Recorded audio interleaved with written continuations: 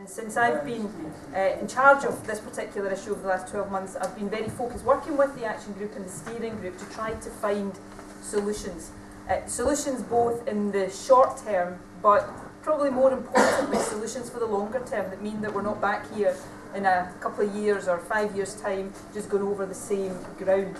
The two things I think it is worth repeating that I said in the Chamber are, firstly, for the short term, we have been trying to look at whether replacement vessels can be sourced on the open market. That's not been fruitful so far. Therefore, I've looked at a short-term option for this winter, and having looked at various different factors, I have decided to approve the deployment of the Kursk. When it becomes available this winter, now I'll be honest with you here, there are still details to be finalised over exactly when that can start, but that's a commitment that the Kursk will be deployed over this winter period at peak times to provide cover at peak sailing times, and then to be on standby if there are weather-related issues that require it to be used at other times of the day. So I'm not standing here expecting you all to go way hey hey, because that's not the long-term solution, but I hope it is welcome as part of a package of measures for the shorter term that help get through this winter. The other point which the Action Group had proposed, which will go ahead as well, is that the Argyll Flyer will become the lead vessel connecting with the fast train from Europe to Glasgow. But the second point is about the longer term. Now, I stand here absolutely committed, as you are, to wanting to see a vehicle service return on that route. We are constrained, and I can't magic this away, by European Union rules. They have concluded we can't subsidise a vehicle service on the route because of Western ferries. Now, we could stand here all afternoon and argue the toss over whether that is right or wrong, but I'm bound by those rules and I have to play behind those rules.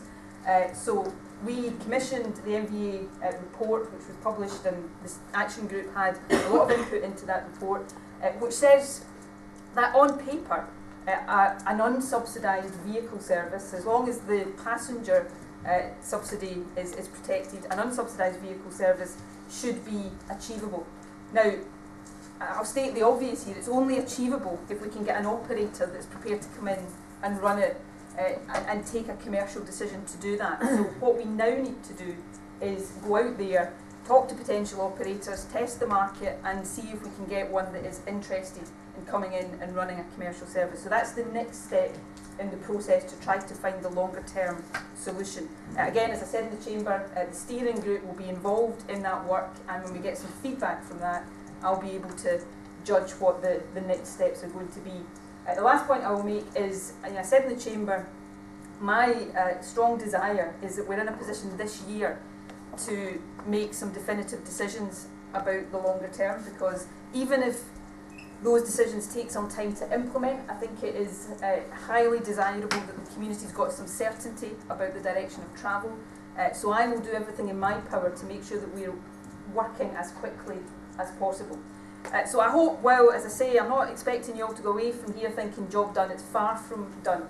But I hope what I've been able to announce today in the Chamber and come and repeat to you here persuades you that we are very, very, very keen to find the solutions. We're not walking away from this. It's something I am committed to. It's not easy, and I will never try to pretend to you that it's easier than it is. I'll be honest about some of the hurdles we've got to overcome, but there's a determination to work with you to find the short-term and the long-term solutions that mean I no longer have to go and meet with the Action Group because we've sorted it all.